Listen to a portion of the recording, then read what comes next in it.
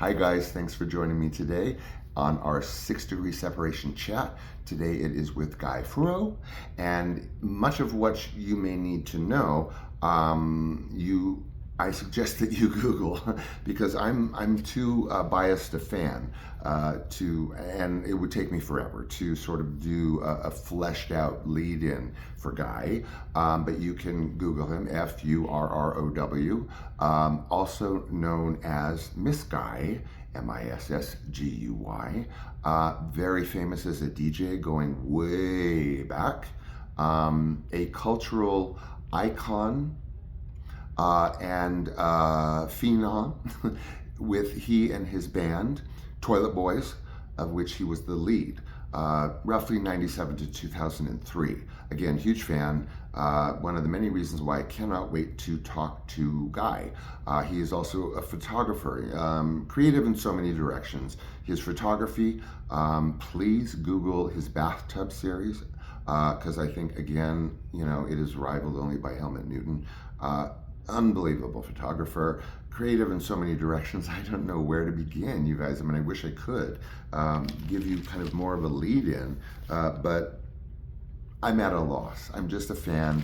These are conversations, they're not interviews. And so I'm just going to do my gorilla thing and give him a call straight away, if you'll be patient, because I don't have fancy headphones and I don't have microphones and speakers and sound systems. So here we go.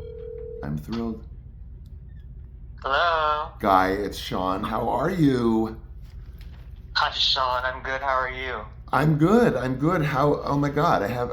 We last talked, for the first and only time about 2 years ago when you took a beautiful photograph of me.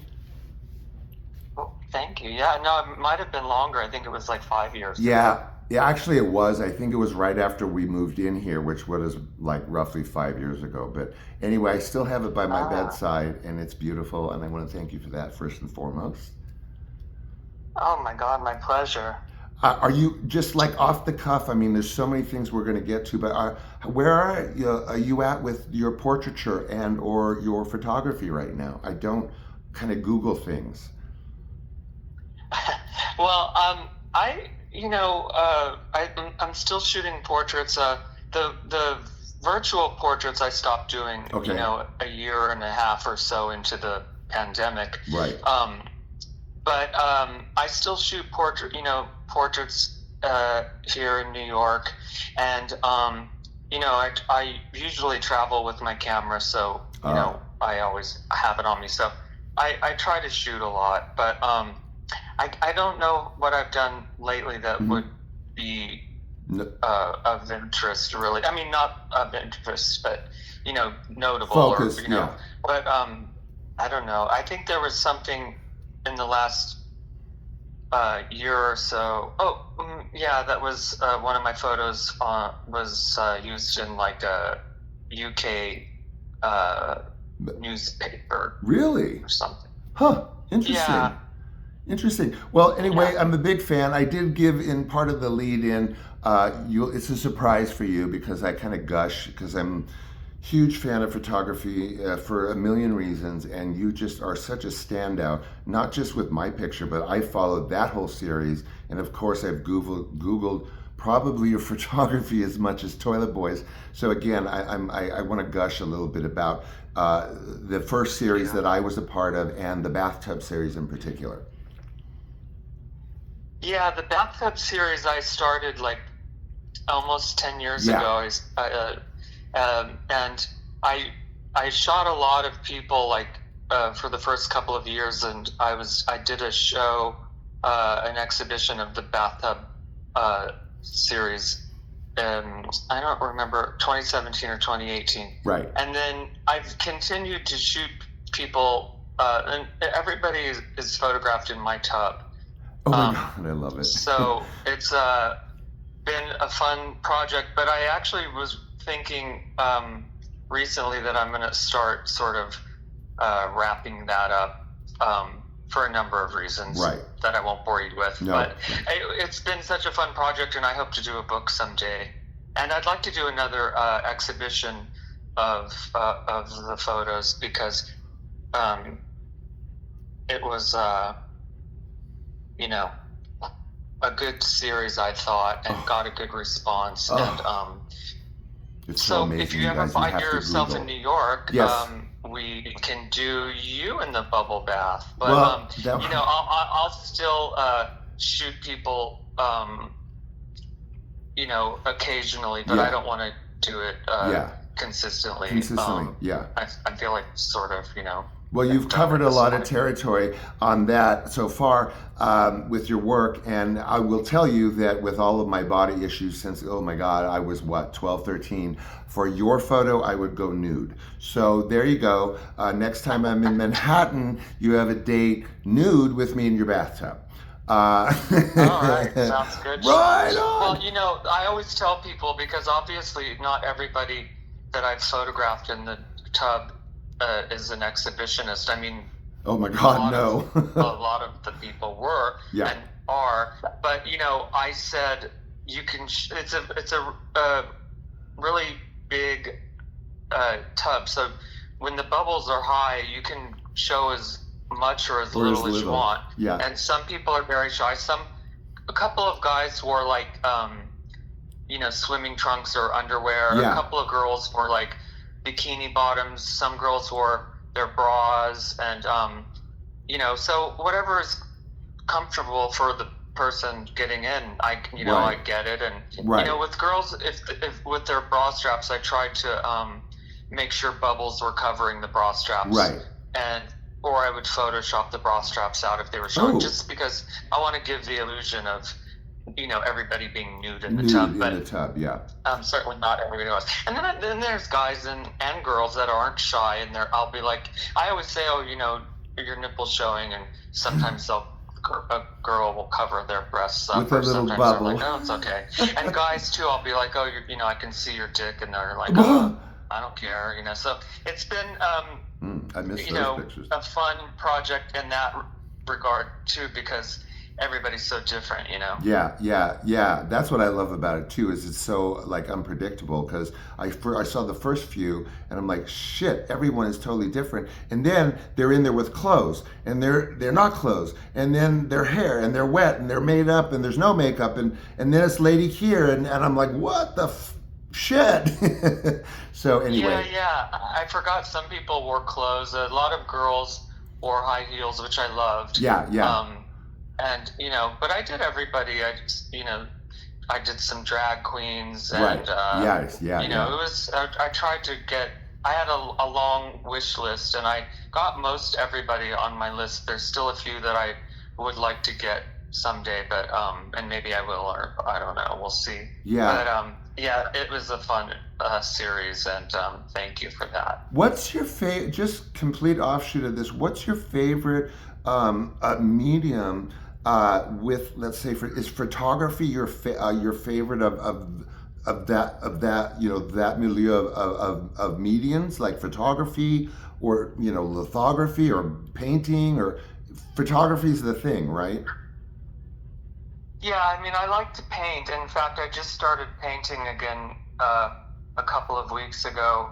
Wow. I've dabbled in painting over the years, since I was, you know, probably in my early 20s. And I through the first painting I did, I got frustrated, and I ended up painting the whole canvas black, and just threw glitter at it, and then kept it for a couple of days, and then threw it away. I kind of wish I had kept it. I did that one in like 80.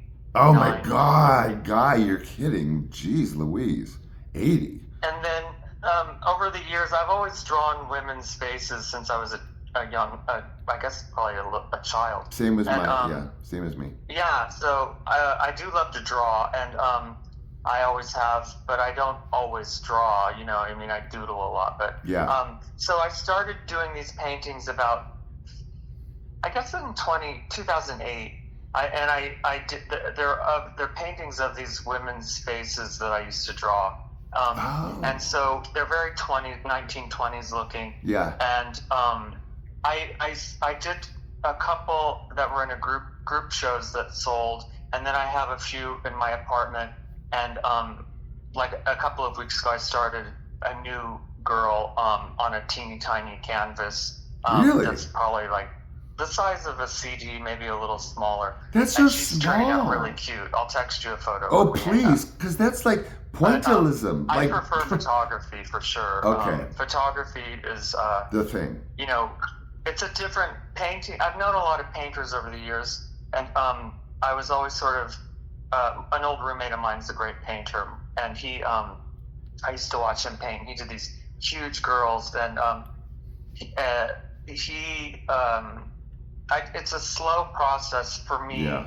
and almost too slow. Like I Yeah. like a little bit more, whether it's doing makeup Right. on myself or on a face, Right. or shooting photos. That's relatively quick. Yes. Painting is like slow, and Yes. I guess some people paint faster than others. I don't know, but anyway, it is a nice creative outlet for sure. But photography I love because now I've always loved photography since I was a kid, and I've always had an Instamatic on me, Me with too.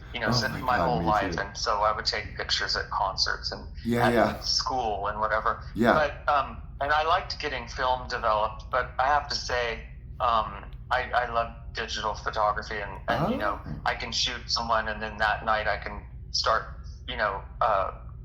retouching photos, which I Yeah. also enjoy doing. Yeah. So, but I recently I did a show a couple of months ago, and I was saying to my partner after that experience, I enjoy performing on stage, like the actual performance, but Yeah. a lot of the lead up is a hassle.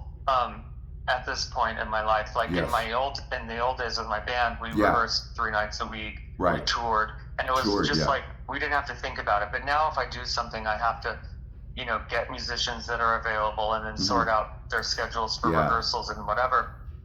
And I Yeah. don't enjoy that. So I was saying to my partner after that last thing I did, I really love photography because it's just me and one person. Yeah. Intimate. Yeah. It's not, and it's just a more personal experience, I suppose.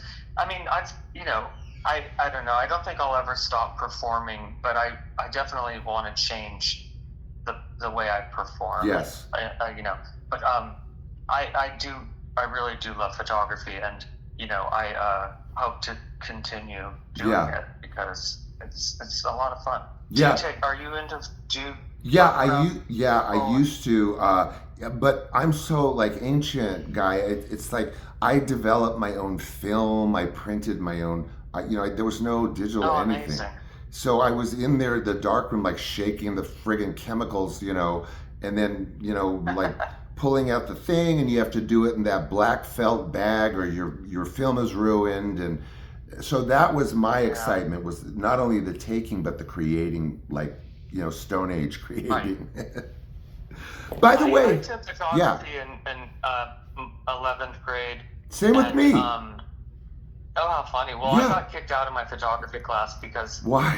I don't know. He didn't Like you. like me, I don't think, and know. I didn't really care for him either. Yeah. And I also, I took, I don't know. I don't remember what it was, but I was a bratty little, high school kid, and Yeah. I don't think that we connected. Yeah. And it's a shame because I kind of was enjoying the class Bummer. as far as the photography went, and I did, develop some film, and I think I printed some stuff. Yeah. But anyway, it didn't last. Yeah. So, Well, I I just. do think of. It's talk Sorry. about time consuming, because you were mentioning that with painting. I mean, it was fun and creative seeing, but guy, I mean, it's like the shading and the printing and the lights up and down and the developing. I mean, talk about like molasses. You do get a nice picture after a whole afternoon, but Yeah.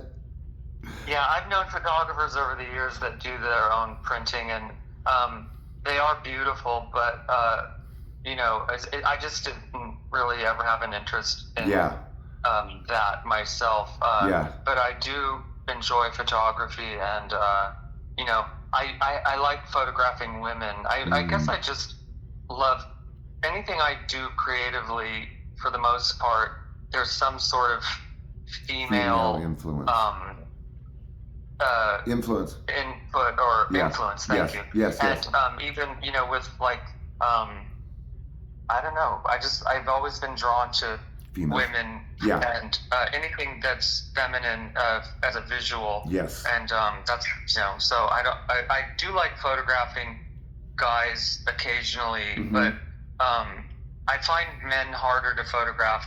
They're not as fluid. well, the ones I've photographed, Graceful. often are shy. Mm-hmm. I mean, women can be shy as well, but Well, yeah. I think because women get dressed up and put makeup on and whatever, Yeah. and guys are just often just showing up how they Are. Yeah. are Yeah. normally, and so there's it's different. It's interesting, but I shoot really fast and I talk pretty much the whole time. Yeah, I with noticed. the person shooting. Yeah. And I feel like you end up getting a lot of unusable images, but you also get a lot of their personality shining Yes. through. Yeah. And I found with guys, especially shy guys, that I shoot, talking kind of loosens them up a little bit, and then you get a bit more of their real personality. True. Some people get really stiff in front of the camera, and Oh, I yeah. guess I probably used to be pretty shy in front of the camera. Yeah. But I sort of figured out a way to work a camera, Work around it. Yeah. That's something. Well, you do actually. I mean, I'm going to offshoot everywhere, but don't you really have? Again, I want to touch on other things, but don't you, for it to work, don't you have to kind of get a relationship with the camera? I mean, I see, like in my acting across the board for years, I learned early on, if I don't make a friggin' relationship with this goddamn camera, I'm screwed. So, it's like, Yeah. I befriended, believe it or not, Guy, I swear I'm not certifiable, but I developed a relationship with like an entity that had like a gray shutter for an eye and a black pupil for a mouth, and it became like, this is going to sound so weird, but it was like my little brother. So then I had a relationship with the camera. I could look into the camera and have that relationship. But then when I had to be filmed on camera, I could shut it off. If I was not playing to, you don't play to the camera very much in movies, Right. obviously. And so then the little brother would disappear. This sounds crazy, but anyway, that's, it's interesting. yeah. Yeah. Now I want to jump back to the female influence, because there's some dovetailing between you and I.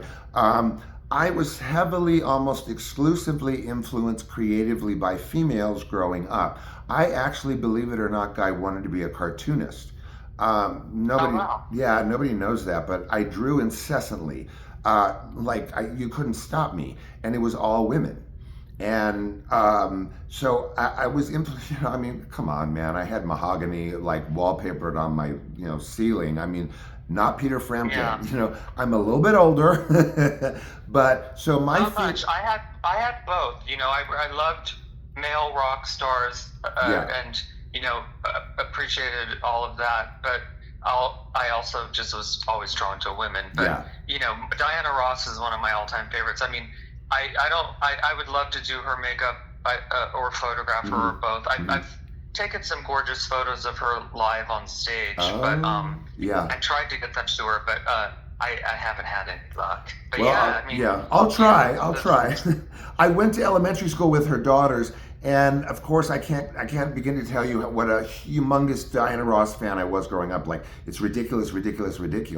I've even said on certain interviews where I talk about music, particularly vocalists, I say, like every 5 seconds, Guy, I say, now, not Miss Ross, because she is an exemption from every conversation and the exception to every rule. Anyway, blah, blah, blah. So, yeah, massive for years. Saw every concert she did in LA, all that. So, yeah. Yeah, I've seen her a lot in New York over the years. Really?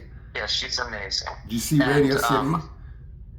And I love the Supremes and Yeah. the Ronettes and Yeah. Shangri-Las. So it all, for me, musically, my love of women in music probably starts in the 60s with like the girl groups sound and the Motown sound, the female Motown stars. Yeah, of course. And Cher. Yeah. And then Cher in the 70s just was a whole other thing. I mean, I was, I wasn't around in the 60s to Right. enjoy those Right. artists, but as a kid in the 70s, I learned about them and whatever. But Cher was, Cher and Elton John were like my first heroes as a very young kid. And, anything Bowie, Kiss, Boy George, any man that would wear a heel or a feather or, some eye makeup, it was just, life-changing for me as a kid. Yeah. I actually, with the Cher thing, I mean, I worshipped at the altar of Bob Mackie growing up because, oh my God, Guy, does it get any better? Does it get any frigging better than Bob Mackie?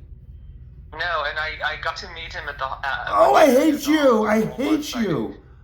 My friend Michael Schmidt took me to the after party and I got to meet Bob Mackie, which was exciting. And I had met Cher a number of times over the years. Yeah. But I just saw a show yesterday here called Death Becomes Her. Yes. And it's fun. It's a really fun show, but the costumes are spectacular. And I was talking to a friend who had seen it, and I said the costumes were so Bob Mackie, Cher, 1970s. I mean, they were just gorgeous, and the sets were incredible too.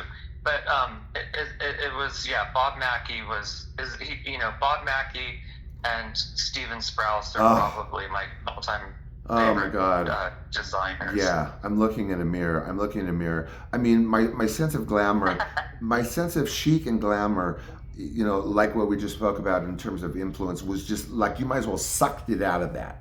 I mean, I had a sense, creatively and artistically and an appreciation, but you want to get to my core in 1979, y'all gonna pull out Diana Ross, okay, 78. And speaking of which, I'm going to use obsession a lot in this. I don't really, I'm not, again, certifiable. I just do get obsessed. And I'm flipping to now Manhattan. Disco, let's put us there. I don't Google. I don't want to ask you how old you are. We're not going to go there. But I fell in love with Manhattan in 1978.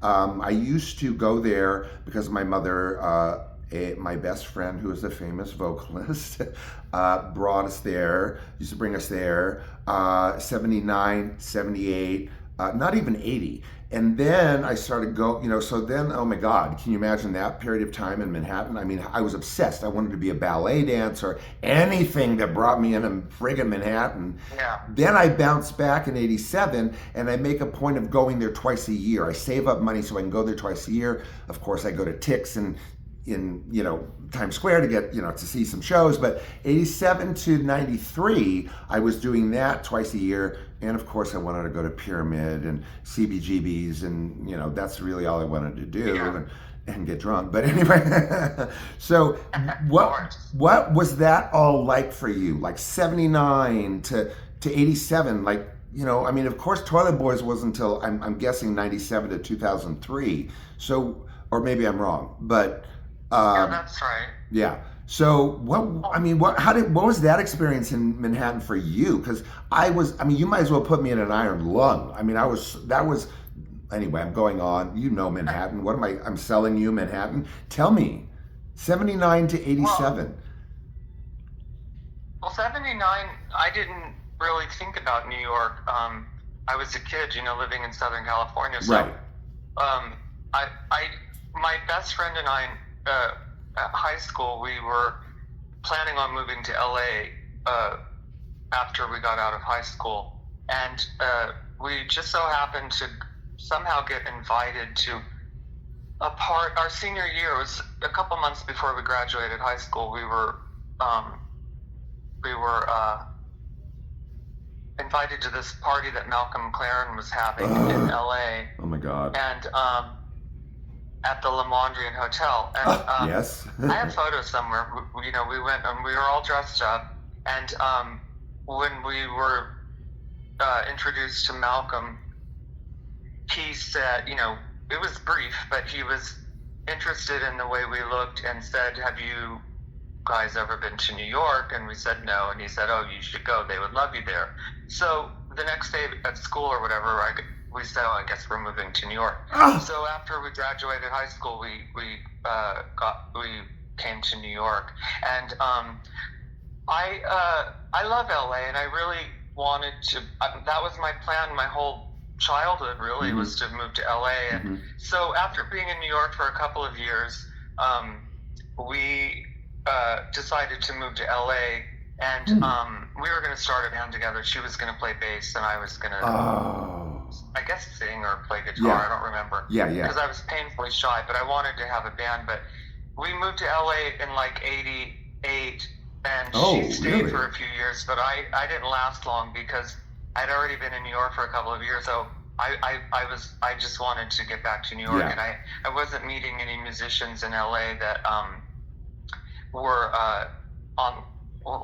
sort of into what I wanted to do. So I came back to New York and was performing, doing mostly drag performances, which wasn't on my list of things to do in my life, but it was a good way to get experience on stage. So after a few years, I started DJing and then met people and started my band and blah blah blah. But New York, I'm so happy I came here because I had never been here. Like, I wasn't fortunate like you to be able to come as a child with my mother. I would have probably loved that, and it would have changed my life in a different way, or put me on a different path. But my mother and my aunt used to take us to LA a lot when we were children, and do all the touristy stuff. And I loved that too. But New York was just, as soon as I got here, I felt like, oh yeah, this is for me, and I loved the energy of New York. I had the same feeling when I went to London for the first time, and that's also another place I could live. I've never lived in London, but I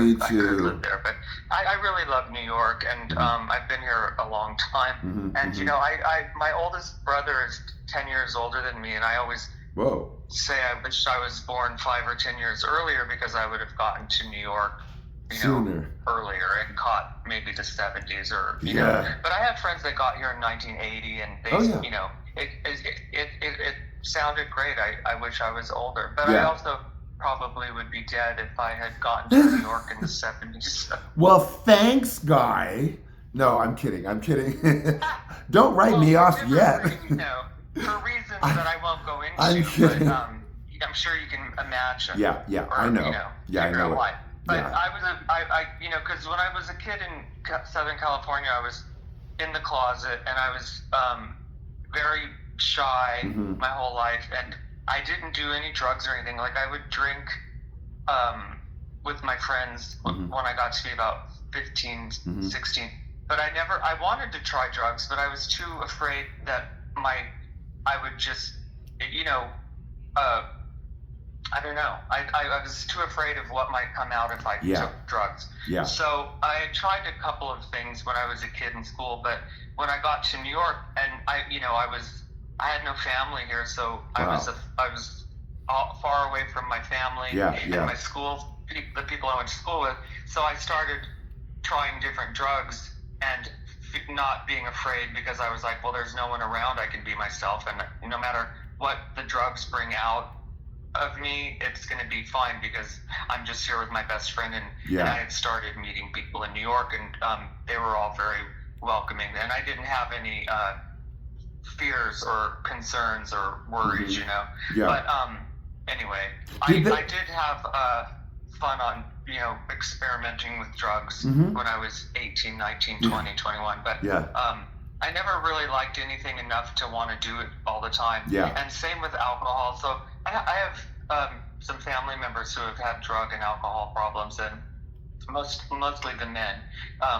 My sister and I are, in fact, the only two out of all of our siblings that didn't have drug or alcohol problems. But I never wanted to have that issue in my life. I felt like there were other things I needed to worry about, like more than having a drug problem or an alcohol problem. It's so like, I guess you can't choose that, but I knew enough to know, well, I don't want to ever get too involved with anything to the point where it's going to control my life. Exactly. You mentioned about the shyness, which of course And we all know, the public would think, that that is such a diametric opposite, of course, Toilet Boys, pyrotechnics, and you know, the Ramones mixed with Kiss, and you know, then the gender F. Yeah. How, because I was shy too, but then not in front of the camera. Like behind the camera, I was like, look, you can't make anyone like you, and if they don't like you, they're not gonna like you. Like if they say, oh, I used to like you, I didn't like you when I met you. Like F you, man. What are you talking about? F you twice. So that was me. Like I can't make anyone like me. I wasn't like a social butterfly except when I was in front of the camera. How did you go and probably still are the genuine shy guy, no pun intended, and then go into being Toilet Boys? Well, I can still be shy. I'm not the type of person to walk into a room and spin around and go up to everybody and chat. Yeah. And I can find a corner or something, a quiet area with some people and have a nice conversation. But I wanted to be an extrovert. So I guess over the years, from between like dressing up and doing drag performances and meeting certain people who were helpful in bringing me out of my shell, I especially my guitarist Sean from the Toilet Boys, he was that type of person that could walk into a room and talk to everybody and and everybody loved him and people were drawn to him. I wasn't that way, but I wanted to be something like that on stage. And so I think that once I met him, he really helped bring me out of my shell, and also the way I was dressing and presenting myself made me feel really confident and made me feel like I can do this, and I did, and I got on stage in front of a few hundred people in the beginning, and then when we played bigger shows opening for bigger bands or whatever, I mean we played in front of huge crowds, and I never felt I would get butterflies or a little nervous beforehand, but I always felt confident on stage. Even if we weren't going over well with the crowd, I still felt like, oh well, they just don't get it. I didn't feel like, oh no, I can't do this and they hate me and run off and never do it again. But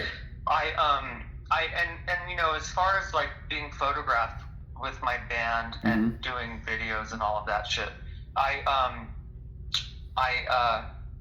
again had the sort of armor of makeup and clothes and hair and all of that to sort of give me a boost of confidence. Like I never did performances or interviews or anything or photos with no makeup on, because I just thought, well, that's not the singer of the Toilet Boys. So it all helped with my confidence, and it made me less shy. And as soon as we were done playing, I would put on my clothes. I always stayed in my makeup and whatever, and it was my real hair, so I had my hair. But I would still be a little shy talking to fans after the show or whatever, or other bands that we were playing with. But on stage, I felt incredibly confident, and so I think it's a bit of acting. I'm not an actor. I mean, I can do certain things, and I wanted to be an actor when I was a very young child. Wow. I guess probably before I got super into music, but it is something you do have to develop, like you said, a relationship with the camera. Yes. I think I did, and also you learn from friends who have done it and been photographed, or reading about. I've been a Marilyn Monroe fan my whole life, and I've read every book practically written about her. Yeah. And so they often talk about how she was painfully shy, and she had to really work herself up to get in front of the camera. So I guess like all of that sort of helped me realize, okay, I have to figure out a way to make this work because I want it to work. And so I guess that's sort of Yeah. how I was able to overcome my shyness Yeah. for performing anyway, you know. I would imagine because, you know, I had a different kind of confidence, and get this guy, before I did drag. Now, you know, I was doing like full-time drag from 93 to 94, basically, through those 2 years. But so I would do the giggle, let's get drunk and go. I wrote for the FAG mags and, you know, and whatever, and that was kind of my entree into writing. But I also had my own shit to work out. And so I mean, I'll keep this brief, but I did a show on it. Maybe you know, look it up. That I grew a set from doing drag that I never had before, because my trip behind the drag scene was to go to exclusively straight, even rough and tumble after hours clubs, like total cis clubs. Like, you know, oh boy, 2 to 6 in the morning, and your girlfriend's getting drunk, and I grew a set guy like I had never had, but it was armor. Yeah, It was definitely. armor. Yeah, it was armor. And I felt beneath that armor, with that armor on, walking in and getting propositioned for, you know, sex work and by straight guys, and I'm an actor, so I'm a character study, you know, wet dream. But point Yeah. being, I got my confidence back from drag, of all things. Yeah, it can do that, right? Yeah, it can. Hell yeah. So jumping also back to kind of those moments, those early moments. I'm gonna just come out of the blue, guy. What in the MF was it like for you to walk out on effing stage and see Ace Frehley waiting for you to perform? Oh, how funny that you know about that. Well, it was exciting because obviously Kiss was a big influence Yeah. for me and all of my bandmates. And you know, we were. I don't remember if we heard he was there. That's what I wanted to know. Did you know he was going to be there? I don't think so. I don't think. remember. I can't remember. Yeah. You know, but Bob Gruen, who is a friend of mine.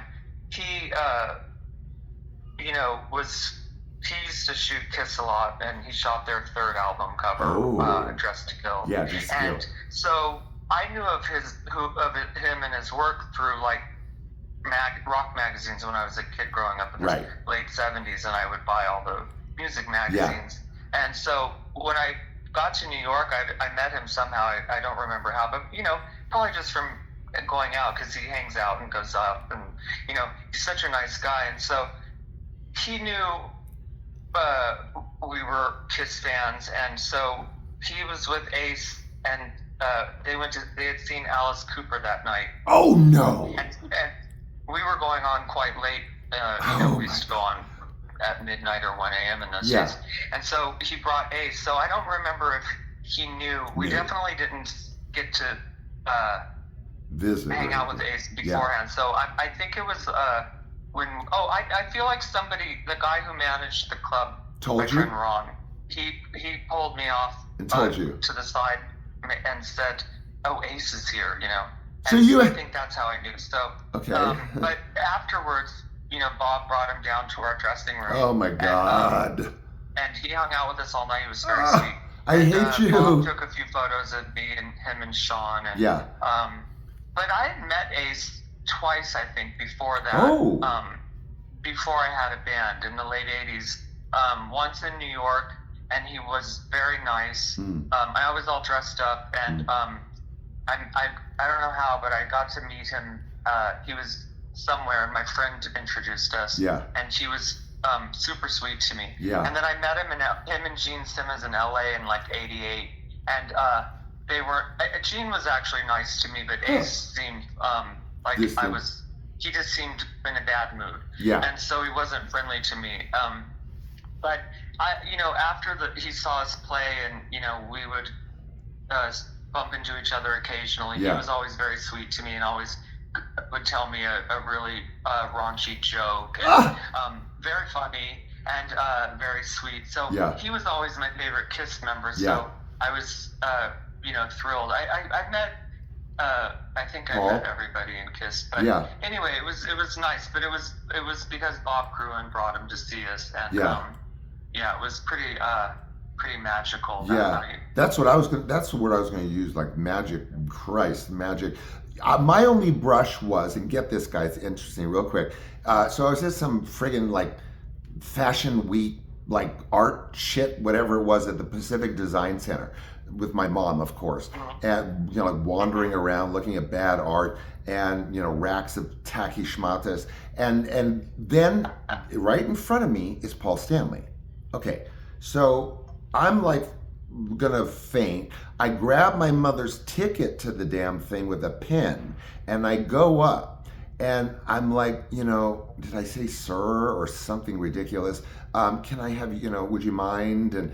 And he was so sweet about it. And right there with his girlfriend or whoever, in the middle of this, whatever week, at the Pacific Design Center, he signed me an autograph. And guess what, guy?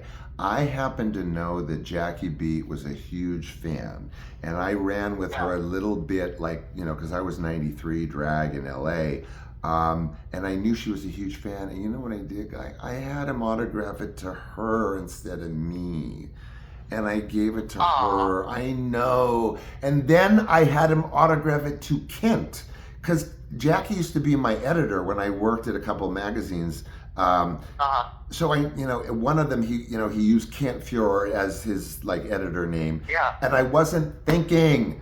And so somewhere Jackie has an autograph from him that says to Kent, but I don't know, whatever. Maybe it's kindling. I don't know. I love Jackie. Yeah, me too. Yeah, What? Yeah, I was just talking to a friend earlier today about trying to catch Jackie's next show in New York. Oh yeah. Yeah, one of my favorites. Yeah, absolutely. I mean, dry, biting, and then with that vocal talent. I mean, Jackie, people don't know. Well, fans know, but like, yeah, she's like Lenny Bruce. She's so funny, but she has a friggin' killer voice. I mean, she could blow you out the back room. Yeah, out of the back of the room. Yeah. Yeah, but she was my editor because, those FAG rags, in LA, what else did we have? There was no internet. I mean, you needed to know when ladies' night was on Thursday. Exactly. So I was drag. Then I bled into writing for those mags. And Jackie was my first editor doing video verdicts in Planet Homo. And I learned to write on deadline, so I still credit Jackie B with giving me six-figure career because I went into extensive writing, and it was all because Jackie taught me how to write on deadline. Yeah, she's a smart cookie. She is a smart cookie. She is a smart cookie. You had touched on, I mean, I want to bounce back to Manhattan in, for me, the late 70s, but I know that you worked at Tower Records, didn't you? I did, yeah. That was my first job in New York. You're kidding. What was it in the same? Because the Tower Records I used to go in the '80s had its '87 I started going there twice a year. Was it in a different location, or was it always been in the same location? The Tower Records there. Well, there were two in New York. Two. There was one on 4th Street and Broadway, which is the downtown one that I worked at. Oh. And then there was the uptown one, Lincoln Center, which was in I don't remember, in the 60s somewhere. Yeah. On the Upper West Side. Yeah. And that was I was just telling my partner about, because I still keep in touch with the manager who hired me for that job. Are you kidding? No, yeah, we see each other occasionally and we text, But anyway, that's who I was talking to earlier today about going to see Jackie B, because we've been talking about getting together, and he was asking if Lady Bunny was performing anytime soon, and I said I don't know, but I know Jackie's going to be here in a couple of weeks, so we should go. But I said to my partner, Kenny changed my life really, because I was not having any luck getting a job in New York. I mean, I was going out every night and dressing up, and people were, I was meeting a lot of people, but I couldn't get a day job, and I hadn't started working in nightlife yet at that point. And so he hired me, and it's a funny story because What? I used to wear makeup every day in those days. I guess I was 18. Yeah. And I had a friend that worked at Tower that I would go visit from time to time. Yeah. And like I said, I wore makeup every day. Yeah. And so I would, I had bleached blonde hair and a Yeah. full face of makeup. Yeah, yeah. And I would go in there and visit my friend Fritz. And then, so when there was a job opening, my friend Fritz said, "Oh, come on in and apply, and I'll get an interview with you with Kenny, Yeah. the manager." So I said, Yeah. "Okay, great." Yeah. So when I got my interview with Kenny Altman, Yeah. the manager, I thought, I better not wear any makeup because it's like a day job, and Oh no! So I went to the interview. Barefaced. He was looking at, sitting there looking at my application and talking to me, and he goes, "I like you, and I'll hire you on one condition." Don't and I said, tell "What's me. that?" And he goes, "That you wear makeup like I've seen you wear when you come in to visit friends." Oh and I said, "Oh my God, God. great!" Because I want to wear makeup every day. I didn't know if it would go over well in Yeah. a job interview. Yeah. So I got a job, and I was able to dress however I wanted. And he used to call me the Betty Grable of Tower Records, or What? something like that, which I Yeah. loved. Because Yeah. I was doing kind of a 50s looking Hollywood pinup girl look at that Right. time, sort of. You were? But anyway, he is very sweet, and yeah. So I was saying to my partner, I don't know what I would have done if he hadn't hired me, because I was really sort of not, knowing what I was going to do, Right. running out of money, Right. and so I owe him a lot for giving me that first job. That's and, awesome. yeah, it was a fun place to work, because everybody was, it was a bunch of like-minded people who loved Yeah. music and liked going out for drinks and hanging out. And Yeah. Kenny, my manager, and Charles, the assistant manager, were both really cool and sweet. And so it was kind of a perfect job for me. Yeah. And I only worked there for about a year and a half. But so maybe by the time you were Yeah. coming to New York twice a year, Yeah. I might have been gone. I worked there till about the end of '87, I guess. Oh, okay. But, Well, yeah. Yeah, it was a That's fun pretty job, close. I and knew that. it didn't pay well though. No. But it paid in other ways, because you could go to concerts for free sometimes. Oh my and, God, guy. a lot of times Lining up the for shows tickets. that they had at the Ritz, you could go and just say, "Oh, I work at Tower Records," and they would let you right in. So Oh. I got to go to a lot of good shows at the Ritz, and Well, Kenny was very nice, and he would put you on the he was pretty well known in the music industry in those days, and he was like a DJ, I think, in the 70s, and anyway, a music lover, and he just knew a lot of people, and famous and not famous in the music industry. So he would be able to get you on the list for a show, or Yeah. he would take you to a show, and he was a very generous guy, and very, very fun to work for, Yeah. I think that you are one of, again, from what I know, you're one of the, I don't want to say rare, but handful of I don't know, folks in your whatever creative arena that actually, I don't want to say had to make a living on their craft, but you basically did, didn't you? I don't see you waiting no tables. I mean, you really, No. yeah, you know what I mean? I never waited tables. It was a job that I knew looked like just too hard and too. Waiting tables. I knew it was a job that I couldn't do because people treat waiters and waitresses really horribly. Oh, please.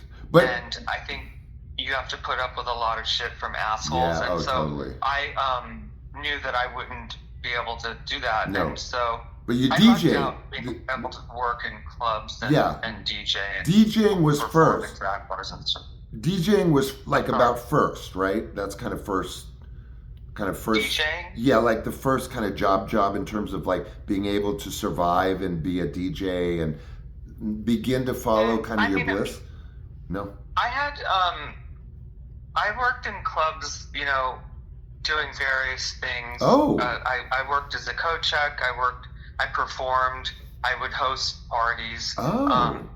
you know, in New York, I don't think LA did this as much. But New York in the late '80s and all through the '90s as well, and the 2000s. But you know, you could get a job if clubs would hire you to do the door or host a party if you just had a good look, a look that they liked. So, but I also was sort of trying to do makeup, and I had a few makeup jobs, but I didn't have much luck with that. I mean, I got to do some cool things, and I assisted Kevin Aucoin a few times, and he was really supportive. And but I worked with Scavullo in the early '90s for a minute, and he was great.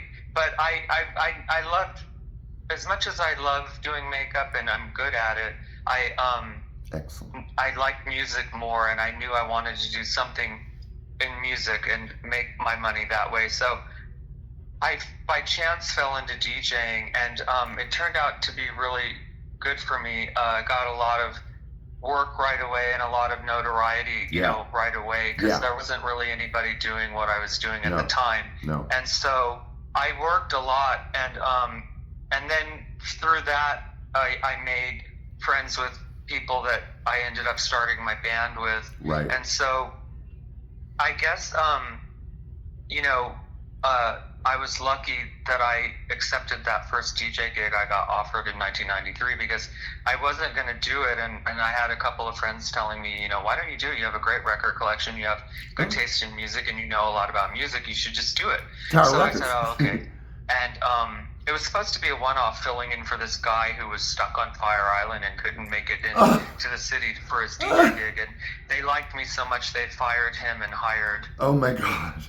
And then that led to Squeezebox and everything else I did up until, whenever. Yeah. But yeah, I still like to DJ. I still DJ occasionally, but I don't do the weekly grind anymore. I just do special events and whatever they come my way. Yeah. But I love music, and I love curating music for a night, whether that's actually DJing or I've made playlists for people when they need them for certain things. And I have a pretty wide knowledge of music and lots of different genres and eras, and so I can put together a somewhat interesting playlist or a night of music, and I still enjoy it. I wouldn't want to DJ till 4 a.m. anymore. I used to love.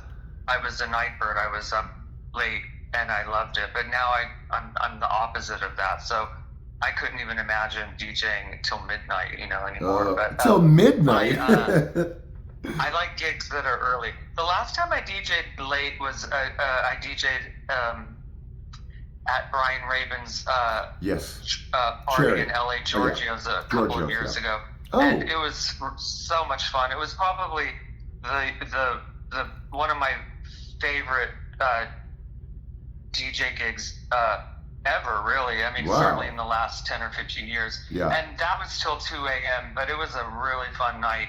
And he throws great parties. Yes. And so, but, here in New York, if I do anything, it's usually like an early thing. I DJ'd, like Norman Reedus had an exhibition of his photography a couple of months ago, and I did that. And that was like 6 to 8, which is perfect. Yeah. So, right. But yeah, I was lucky. I had a long run as a DJ and worked a lot for, almost 30 years. Wow, yeah. Brian is actually an old friend because of, my drag days at 93, 94 is when he was really out there promoting. He was on my show. Actually, we did it like a maxi version, extended version. And what are your, just like off the cuff memories of Cherry? Because that's kind of where I became obsessed with you guys.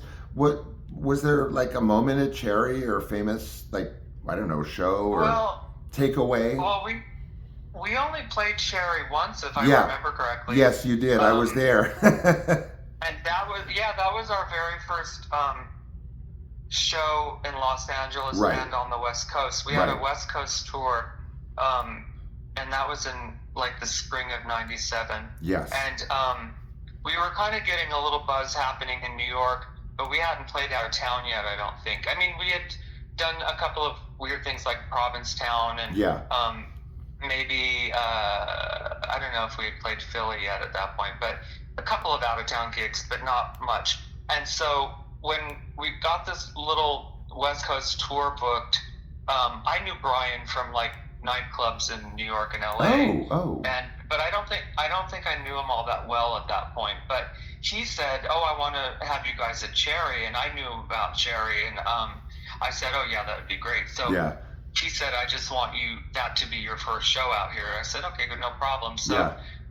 we played Cherry, and it was great. I mean, it was Yes, it was.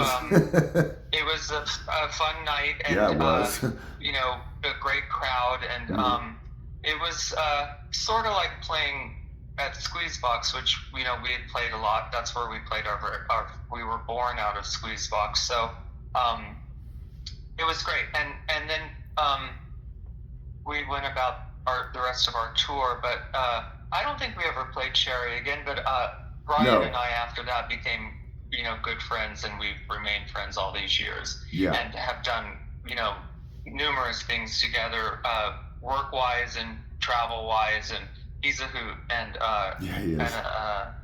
and a great party thrower. I mean, really, oh my God, he's thrown some epic, legendary parties, and Cherry was definitely iconic. I mean, I had gone out to LA nightclubs, underage clubs in the 80s when I was still in school, and but Cherry was sort of like the zenith of LA nightlife. It was in later years. Obviously I missed the 60s and 70s, but the late 80s in LA, there were some fun things happening, but and also in the 90s, but Cherry was different. Was probably my favorite LA moment in the 90s. And then Giorgio's in the 2000s, were those the few nights that I went and DJ'd and all of that. Those were really fun, I missed out on Giorgio's.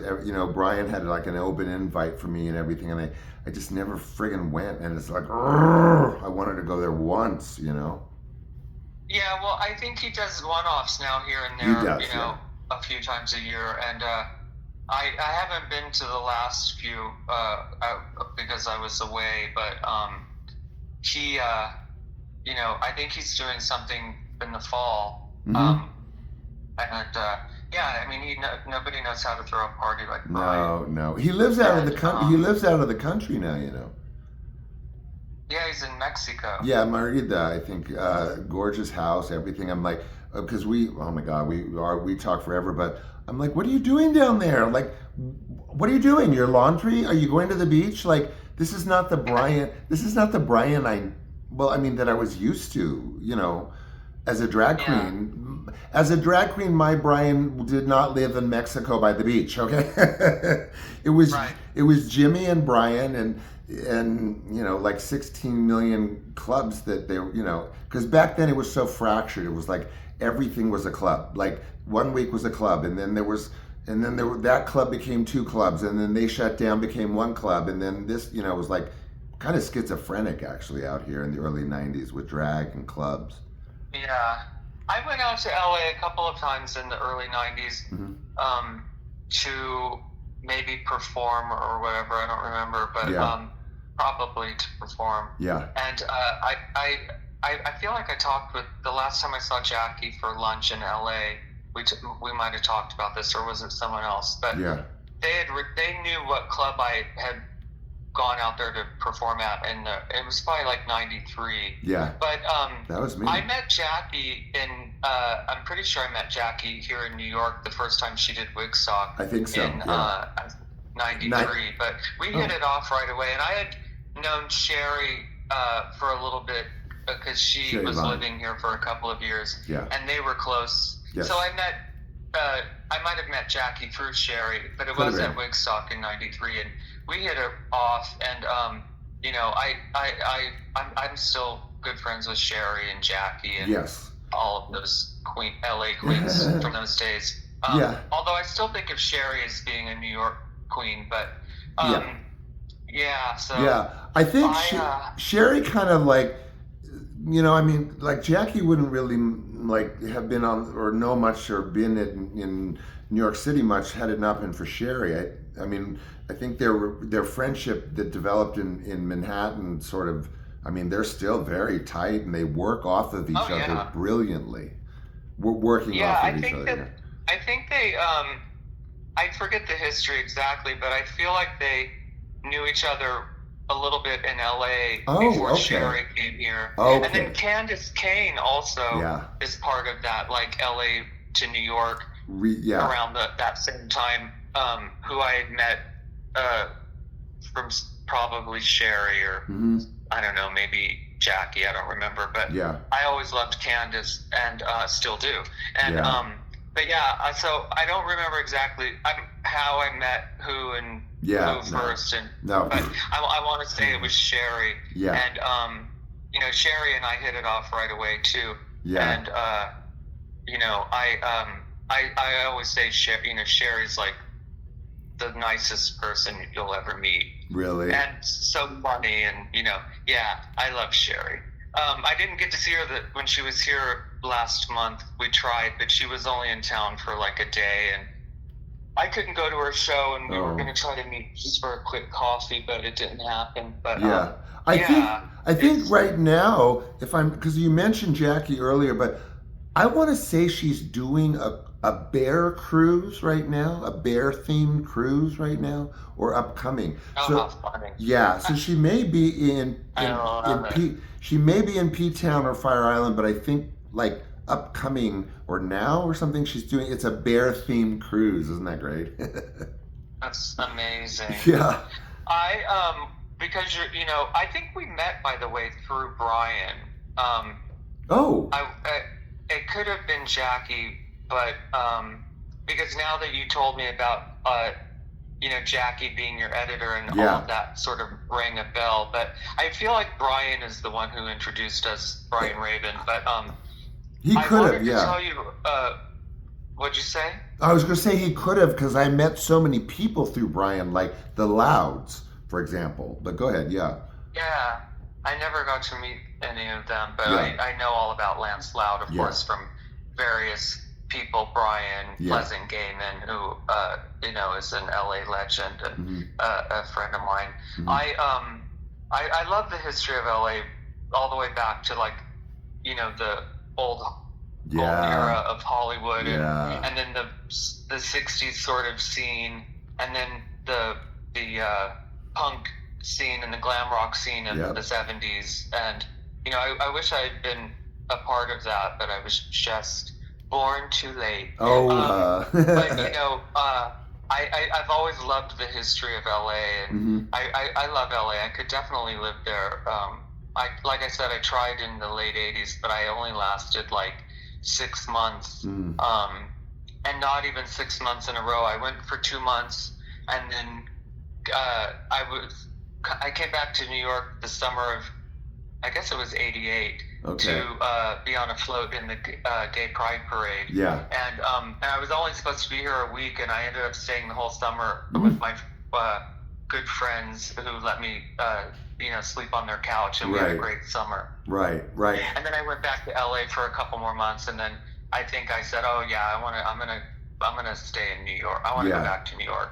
So I came back, and I never left. I do love LA, and I have so many friends in LA, and I've always loved working there. It was always my band's favorite, one of our favorite cities, probably our favorite, definitely on the West Coast to get to on tour. And San Francisco was a beautiful city and was always fun to play, but LA was really, like, for me personally anyway, it was always my favorite. And we were very lucky with how we got to do LA, because, like I said, Brian Raven gave us our first show, and we did a few other dates in LA after that night at Cherry, and then went up to San Francisco and played in San Francisco a couple of nights. But for maybe 6 months or so before we actually got anything booked, I was sending press packets or whatever to various clubs in LA, not knowing anybody. I didn't have any connections at the Right. clubs. I didn't know any bookers or anything. Right. But I was sending what little bit of press we had gotten here in New York and our CD and whatever. Of course. Press photo maybe if we Right. had one at that time. Yeah. And we got rejected by every club. And then after we played that first time in LA, all those clubs came back and asked us to play. Yeah. And we did, except I think the only one that we weren't asked back, but we ended up playing there by chance because our friends were playing there, and they had us open for them, was the Whiskey. Oh, God! It wasn't a fun experience. They treated us really poorly. But, very hardcore I was place, happy yeah. to be able to say, I played the Whiskey, Oh, my whoa. dad had played there with his band in the 60s. But like the Roxy and the Troubadour, they asked us to play, and we played both venues several times. Yeah. And always did well and always liked playing there. Like if we ever played LA again, I would probably want to do the Roxy. Yeah. So if anybody from the Roxy is listening, Yeah. and you want the Toilet Boys to play, Hell yeah. we would probably do it. Oh, But man. it's been a long That'd be time. so We haven't played awesome. LA in over 20 years now, Yeah. I think. And I would like to play LA again someday. Yeah. We always had fun there. Boy, Yeah. I'll tell you, Guy, man, I wish I had a time traveling machine, because, I mean, LA, I was terrible in, from, 14, 15, it would have been 80, 81, 82 for me. I was like driving stolen cars, doing drugs, like, I have like a felony list. It's pathetic, but I mean, You were a teenager in LA. In LA, It's and like- that's what I'm saying is I wish you had been my best friend in like 81 or 82, because man, that was I could have seen a guy like you, like back then, because it was just tear it the frig up, tear it up, rock and roll, like, let's joyride. Let's like, where's the nearest garage so we can jam, or, oh God. Anyway. Those were the days. I mean, I started going to LA in like 84. Right. With my best friend, and 85. Yeah. Like somewhere around there. And anything before that was with my mom and my aunt. Okay. And we used to go, up there and do the sightseeing thing, tours, and all of that touristy stuff. Mm-hmm. But I was sort of into seeing bands in LA at that time. Yeah. And I got to sort of see some cool bands. I don't know how we heard of them or whatever, but I saw some great LA bands in those days, like Tex and the Horseheads. Yes, Tex and the Horseheads. Yeah. They were one of my favorites, and so yeah, I wish I had been a little bit older so I could have really. I would have moved there probably, and I would have been more involved in the nightlife of those days, which I look back on with such fond memories, just from reading the LA Weekly, and I used to love to read Pleasant Gaiman's oh, please, column in the LA Weekly. That was everything. That was everything. Her column. Yeah. Oh, no, I didn't meet her in the 80s though, I don't think, but we became friends in the 90s, I guess. But in the 80s, I don't know, we just never, I don't think, crossed paths. I mean, I knew who she was because I was a fan of the Screaming Sirens, and and I knew a little bit about punk history from the late 70s through two of my older brothers used to go to LA, and they had a band, and they used to play, and they knew a few of the people on the LA scene, and so those were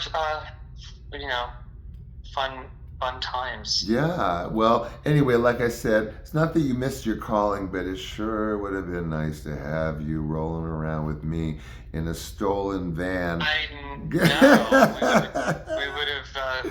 would have hopefully totally fit right in, and we would have Yeah. definitely, Well, we would have hit it off. you should have been the little brother that I like, would pile into the back seat of the stolen car and be like, now shh, like we're going to the Atomic Cafe. You're gonna love the jukebox, but stay in the back seat, stay low, because I'm 15 in a red Jag that I'm not supposed to be. Oh, anyway, it would have been fun. But Yeah, you right. had Oh my God. you were talking a little bit, well, not, yeah, I mean, oh my God, your music career in and out, woven in so many directions. But like, when did you feel your first punch of rejection, or the one that like sticks with you the most? Like for me, there are maybe like, I mean, I don't know, maybe you took it in stride. Like I kind of, it was like, you're never going to get another Sean. I may not be what you're looking for, but I'm always asked that when I was younger or years ago. Like, again, my best friend's famous vocalist mom was always, how do you deal with the rejection, especially early on in your career? Was there, I don't know, a method, or did it just come naturally to you that it didn't bother you, or? No, I mean, I had a lot of rejection with my band throughout our entire run. I mean, Yeah. we also just had some incredible luck, and it was interesting because I had my sights set on becoming a huge rock band. Yeah. Headlining arenas and being on the radio. Yeah. And MTV, but that didn't happen. Well, I mean, we did do some of that, but not as headliners. But Yeah. Our first video was on the MTV Rock Countdown in the top 20. Yeah, it was. And we had a moment where it looked like, oh, this is all going to happen, but then it didn't. And it's a number of reasons why, I'm sure. But we got rejected a lot. I mean, labels liked us, but then they would say, well, you're too, flamboyant or outrageous, or whatever words they would say to, this, that, or the other regarding me and my image. And we did finally we got signed, and it was a bad experience for like a whole year. And it was like stifling in a way, because we weren't able to do as much as we had been doing up to that point that got us signed. Right. And then once we were free of our contract, we were able to continue and do more. Right. But the president of the label liked my band, and we were doing really well in New York and around the country. And in fact, no, we hadn't played outside of the country yet, but we had played, with the exception of Toronto and Montreal. Right. But we hadn't gone to England or Japan yet. But he really liked us, and the vice president liked us, but the owner of the label hated me, and I think he hated the band, but he especially didn't like me, and would say really homophobic shit to me about me. And so that just didn't go well for us, and sadly. And but I don't know, I just felt like we would get like really good press, especially in England, the first time we toured the UK.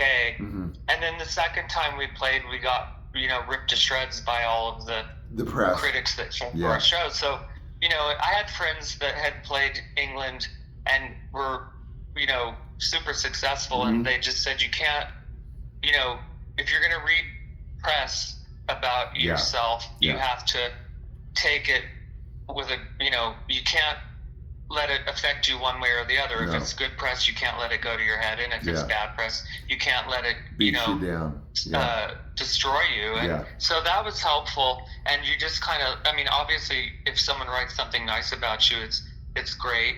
But if someone writes something bad about you, it's just their opinion. It doesn't mean that that's what you are.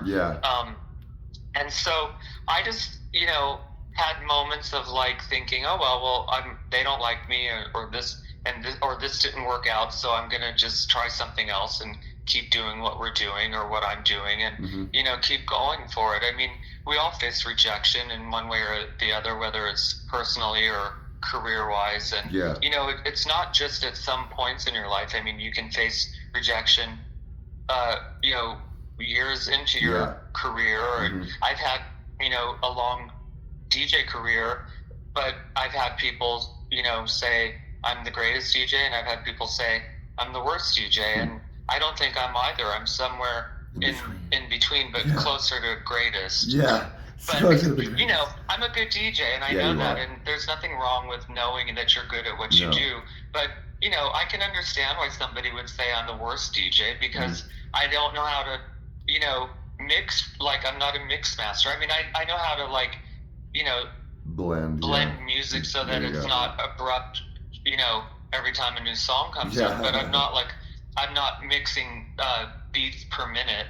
Yeah. And I never had any interest in doing that. I just wanted to play music that I knew people would like.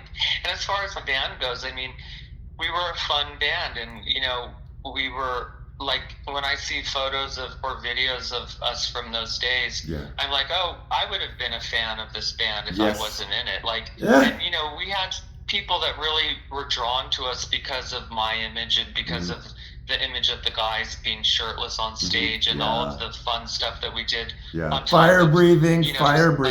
Being in a rock band. And we were photographed all the time by people in the audience, whether they had big cameras and were legit photographers, or just fans there with their little cameras. I mean, and we got photographed by major photographers: Mick Rock, Ellen Von Unworth,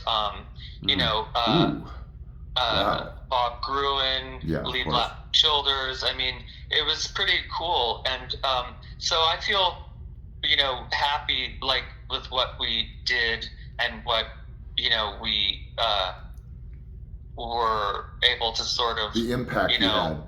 The impact. And I feel like although I didn't get exactly what I set out to do, I also did things that I never would have believed I'd be able to do if you had told me when I was an 8-year-old or a 15-year-old kid. Can you imagine? But I think that you can't really think about rejection if you're setting out to do something. I mean, or else you'll just be disappointed a lot, because like I said, everybody faces rejection, and sometimes it's delivered in a crueler way than is necessary.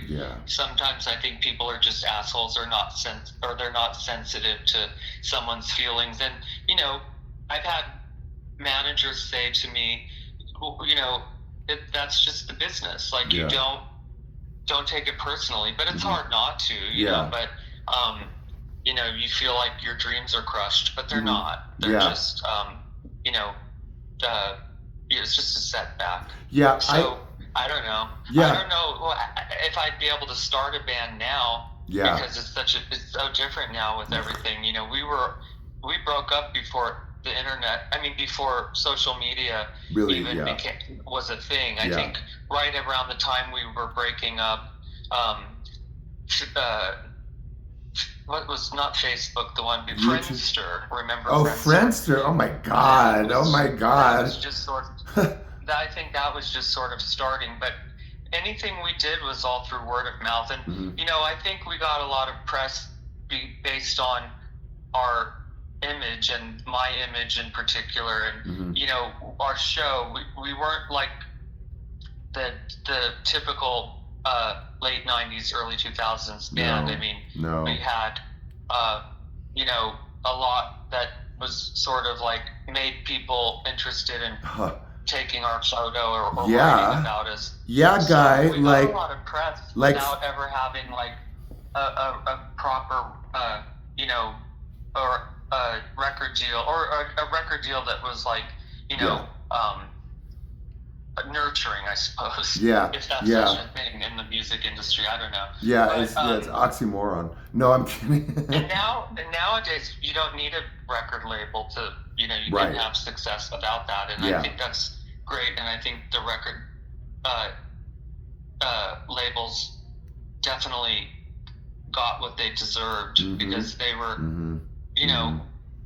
pretty awful to Yeah. artists, Yeah. unless you know, were doing well, and then they were, you know, wanted to be your best friend. And Yeah. I don't know. Yeah, But, I mean, I can, I can lean, quite a bit significantly into that. I have a book coming out. It's more kind of those dynamics vis-a-vis younger gentlemen in Hollywood, sort of more around that time. But I'm afraid a lot of that same thing is going on. And in terms of rejection, I mean, absolutely. I am on board with, like, there are ways. Like, I've got the most horrible reviews for my stage work, but I found I found it funny. Like, I found something funny about it. But you know what's not funny, Guy? And I don't mean to bring up sort of a rumor or what I've heard, but I've heard that there was we won't go into who or whatever, but that there was an executive that told you that they thought you were going to stop this FAG shit. And when I first read that, I gasped. And I don't know how that works into this conversation, but it resonated from my book, and I don't know why.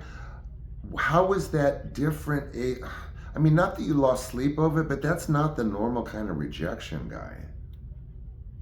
well, it's funny that you even know about that, because I was going to tell you that when I was going on about our shitty record deal. Right. That was the president of our label, and he didn't like, what I was doing. And before we signed our deal, I had a meeting with the president by myself. It wasn't the rest of my band wasn't there. It was just me and the president. Right. And I said, well, what do you think of me? Before we can sign a deal, I have to know what you think of me. Right. And he said, maybe I said me and my image or something like that. I don't remember exactly, but something along those lines. Yeah. And he said, I think you're a star. And I said, okay, great. And I said, I feel very confident in my image and the way I present myself. We've played all over the country, and, surprisingly, we go over really well in, like, these small weird towns where you'd think that they would be throwing rocks at tomatoes, me. Yeah. And so I feel like I'm on the right track with my image. And then, meanwhile, the president of the label hated me. And so we had been photographed by Ellen von Unworth. And it was a full page color photo of us in Interview magazine. Ooh. And a little write-up about us. Right. And it was while we were signed to this label, and they didn't get us this press. The press came through a connection of mine one night when I was DJing. Mm-hmm. This friend of mine, who is a successful stylist, he was with Ellen von Unworth, and he introduced me to her, and he said, she wants to photograph you guys. And I said, oh my God, that would be amazing. Yeah, it would. And that's how that happened. So when that magazine came out, the president of the label was the owner of the label wrote on a post-it, I thought he was going to stop with this fag shit. Oh my God. Put it on the president's desk. And the president told me, and I just was sort of like thinking, oh God, we made a bad choice, decision to sign with this label, because the other bands on the label were very macho and testosterone driven. And here we were, all my guys in the band shirtless, and me looking the way I looked. Yes. And, they had sent us to London a couple of times. I mean, to England. We did a tour. It went well. We got a lot of press. Mm-hmm. And then they sent me and Sean over to go to some awards thing. Yeah. And, English magazines were doing a lot of press on us. The face. So it kind of, I kind of like, I guess I always try to look at both sides. So I was thinking, well, the president likes us, and we're doing well in England, and the owner doesn't, but that's okay. He must trust the president. Mm-hmm. And, it didn't go well. And so, luckily we had a really good lawyer at the time who got us out of our deal. Oh, good. In a good way. and we got some money, and then we just took the money and sort of made our own record and made our own video, and but it was, I mean, that person, I mean, if that had happened now, I would have probably called your lawyer, been able to sue that guy. I don't know if it probably.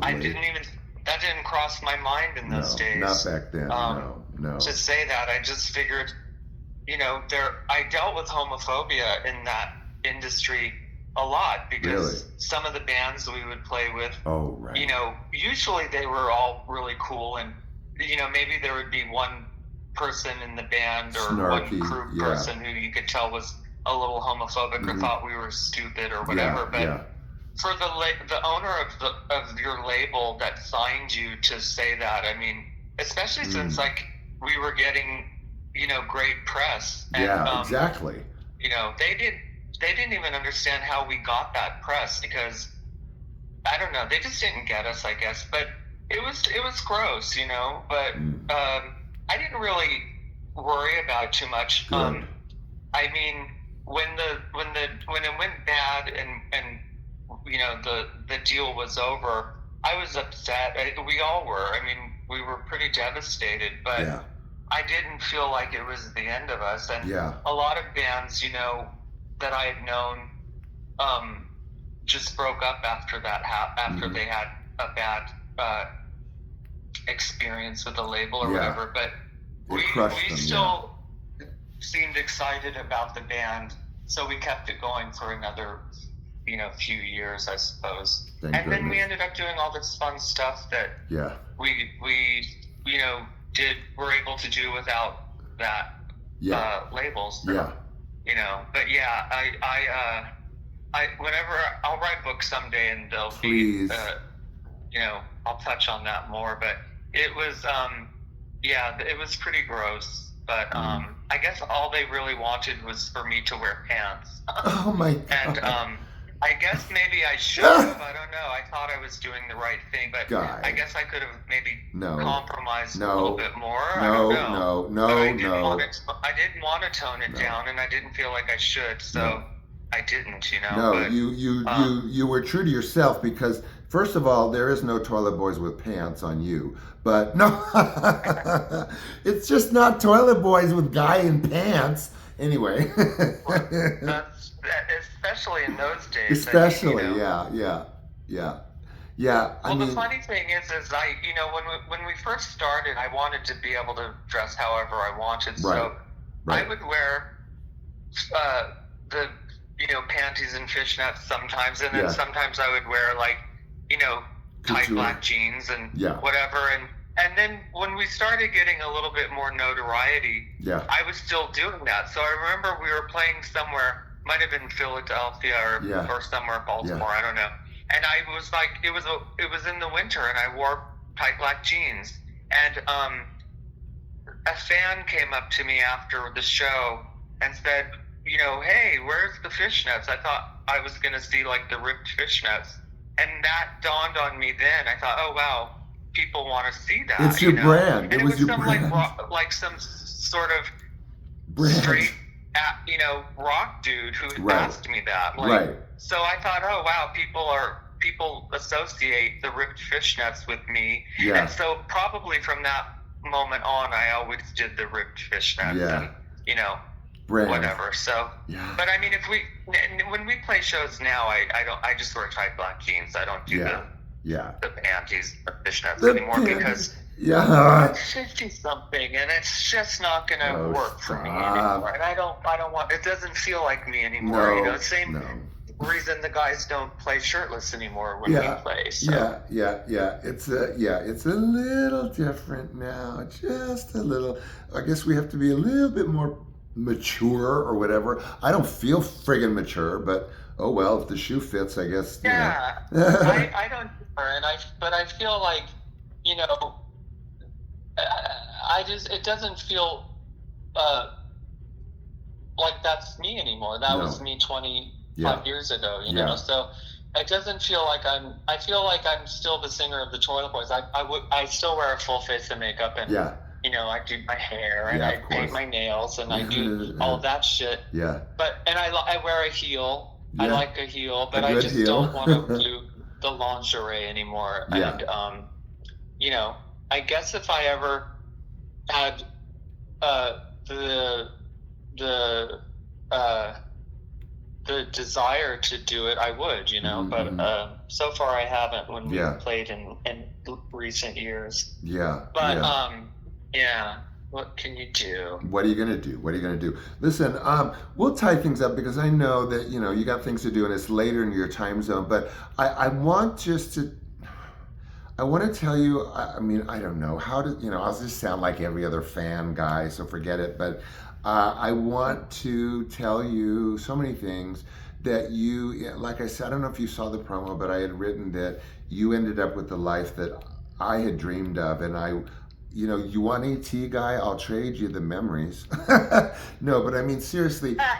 No, but I mean seriously. I really, from a very young age, I wanted to be a singer. I wanted to front a band. My dream was to front a band at the Whiskey. I mean, to hear you say all these things, I just want to, I don't know, crawl in your left ear and start asking questions or whatever. But and I don't mean to romanticize it, but you really did end up with a career that I wish I had had now. And at 14, 11, 12, I just wanted that. That's what I wanted. So congratulations. Well, thanks. I wanted to be in movies. I mean, Yeah.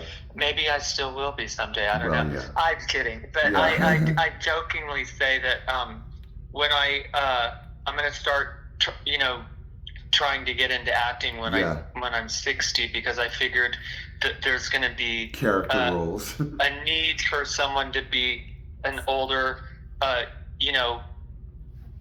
effeminate, used to be gorgeous Used to be. character Get out of here. in a movie, and then so call me. I can do it. Yeah. No, but it's funny. I did want to be in movies when I was a kid growing up, but until I got the music bug. But I did audition for a couple of You're kidding. noteworthy movies over the years. What? Which I didn't seek the auditions out. I was asked, based off the way I looked. I wish I had at the time taken them more seriously, because it could have been something really great. Like I was at a bar in New York called Boy Bar. I used to go to Boy Bar, but yeah, go ahead. Yeah. That's where I first started performing, and Gus Van Sant. Mm-hmm. Is he the director who did Last Exit to Brooklyn? Yes, he is. Yes. Yeah,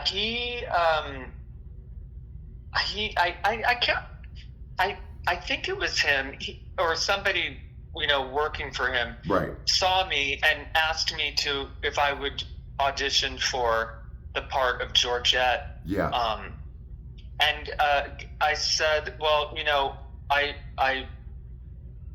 never auditioned for anything before. I had been extras a couple of times in movies in LA when I was a teenager, Ooh. still living with my parents. Yeah, but I said, sure, and they gave me, I don't know, a script or something. And I didn't take it seriously, and I didn't look at this, whatever they gave me, I didn't look at it until that morning I was on my way to the audition in the taxi. So, of course, needless to say, I bombed that audition. And then in the 90s, Todd Haynes asked me to audition for Velvet Goldmine. Oh, yeah. I was going to say, that's like kind of up for the time, kind of like approaching your alley. And I was of all things, I was going to wonder, did you have any inroad into that, or were you in it, or, so. No, I went to the audition, and I said, I'm not an actor, and I said, I have a band, because my band was going at that time, I think. Wasn't that like 96 or 7 or something? Yeah, it was. I don't know. Yeah. But I said, I know I look good, and I get why, you'd want me to audition for this. Yeah. Because based on the way I look, but I'm just, I'm not an actor, and I don't. But I did whatever they asked me to do, and that was it. But he used to come to Squeezebox in those days, and I DJ'd the. He liked my, me as a DJ. Yeah. So I DJ'd the after party in New York when it premiered. Oh. And so that was fun. That's fun. And I never knew him. I mean, we had met a couple of times or a few times, I don't know, but I just thought, oh gosh, now I'm like, wow, I should have taken those offers to audition more seriously. Yeah. It would have been, I guess Different. things would have played out differently. But at the time, I just thought, oh, I'm doing what I want to do, and I don't want to have to learn a line or something. And I don't know, it's silly, but no, it's not so silly. I mean, remembering lines for me is kind of one of the things that towards the end like freaked me out, because I like stage work, especially towards the end, because I was so disillusioned with Hollywood. And I couldn't bring myself to do it because I was suddenly terrified I'd forget lines and throw the whole thing off. And I didn't used to, but I got like this this virus you get in your head, like, I can't do this anymore. I can't do this anymore. Something's going to happen. My brain's going to short circuit. You know what I mean? Yeah. Yeah. Well, I look forward to your book. Yes. Well, you'll get a copy as soon as it comes out. I'm really kind of trying to like, juggernaut it through this process, and evidently, like, everyone and their mother wants to do a vanity press nowadays, so you get locked into this like cycle of waiting and reformatting and then going into the queue. But hopefully by the end of July it'll be out, and I'll get you a copy, and I can't wait for you to read it. In fact, well, we'll talk offline about maybe an advance, but copy, but shh. But yeah, I mean, that'd be great, because I so want you to know that story and sort of the crux of this channel. And the interviews don't always have to kind of like, be like connected to my message, my overall movement, if it were, or as it were. But I don't know. Like I said earlier, you separate colors from whites. What'd you do today, and what do you have for this week? What's going on for Guy this week? Well, I do have to do laundry, actually, but I'm just not in the mood. No, I actually don't mind doing laundry. Yeah. I had a busy week last week. Yeah. And a busy week, sort of a busy weekend. And this week I don't have a lot happening, which is good with me because it's supposed to be raining every day. Oh. It hasn't rained yet today, but it's been gray. Yeah. And I'm not afraid of the rain, but I hate if I have to Get wet. be somewhere or do something Getting wet. and it's raining. Yeah. And so I'm planning on this week just doing some things around here that I've been putting off, like cleaning and organizing and decluttering and all of that kind of shit. Yeah. I hear you. My loft, I had this weird medication that the tube said it like basically will kill your animals if they sniff it or whatever. So I had to use it for 3 weeks. It's a chemo cream, but I'm good. It's a skin thing. And I had to drag my mattress into my loft where I do my show. The cats have no idea what the frig is going on. And so yeah, I feel the disheveled, I feel your disheveled kind of vibe sometimes in the house. I just pushed the mattress back into the bedroom so they're chill. But yeah, this place was a mess. It was crazy. Oh, God. Well, anyway, so this is like everything to me, Guy. I mean, it's so everything. I can't even say like, oh, let's do a volume 2, because like I've soaked myself. I'm saturated. I'm happy. I'm so glad you joined me, and this was everything. Yeah, this is everything I could have ever wanted from my bucket list interview. Oh, you're sweet. Well, that it's been long enough that you could probably make this a 2-part thing. Yeah, well, I could, but I could, but It's not. It's going to go straight through because I'm a I think. love it. It's got to be linear. I got to hear it all, and this has been sort of like a bucket list thing for me, especially in terms of a conversation, in terms of documenting a conversation. I see this as archival, but we won't go there because I'm biased because I'm a huge fan guy. And when you asked me to do that Nice. photograph, I was like, I was casual about it, but behind, of course, I'm going like, frig! Ah! You're so Like, sweet, Sean. so, anyway, we all know that. But so I'll let you go, Well, and I just don't know what to say other than thank you. And it was, thank you. And let's, if you're coming to New York, let me I, know and we yeah, can hang out and I'll yeah. shoot your portrait and Oh, that that would would be be great. wonderful. Well, let's hope we'll have big hopes for the book. I'll get you a copy. I have some folks in Manhattan that are eager to get it. One of them, the book is Great. what the book is actually dedicated to one of them. Ooh, big reveal. But I consider myself kind of an honorary Manhattanite, but whatever. There is the book reading in LA. I'm going to do a book reading in LA in August. Actually, my son's going to come with me, of all things, which is fabulous. Oh, cool. And then Yeah, if it does well, a plane ticket round trip from Phoenix to New York City isn't going to break the bank. So we'll see. exactly. Yeah. All right. Well, who knows? Maybe I'll be in LA in August. Keep me Well, posted. yeah, I hope we we'll stay in touch offline and of course, Yeah, of course. I'll do everything but STALKU. But yeah, everything shy of that. You're silly. I All know. right, Sean. Okay. Good to talk to you. Thank you, Guy. Good to talk to you beyond that, but thank you so much, and we'll chat offline. Yes, please. All Yeah, right. Thanks for okay. having me, Oh, Sean. you're welcome. My pleasure. Thank you. Bye. Bye. Okay, you guys. Well, there's my bucket list interview. I'm so happy. Sometimes I feel like these shows are more for me than for you, so I hope you enjoyed them.